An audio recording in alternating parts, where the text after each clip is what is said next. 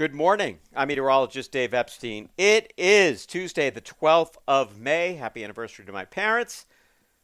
63 years. Pretty amazing. All right, sunny skies for today. Temperature right around 63. How about that? Then tonight we'll see a few clouds, temperatures to the 40s.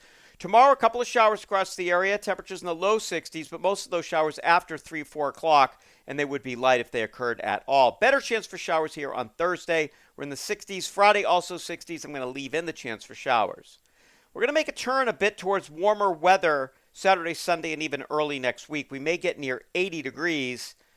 Nighttime lows in the 50s. And I think this weekend, if you want to put your tomatoes in, what do I say? Go for it.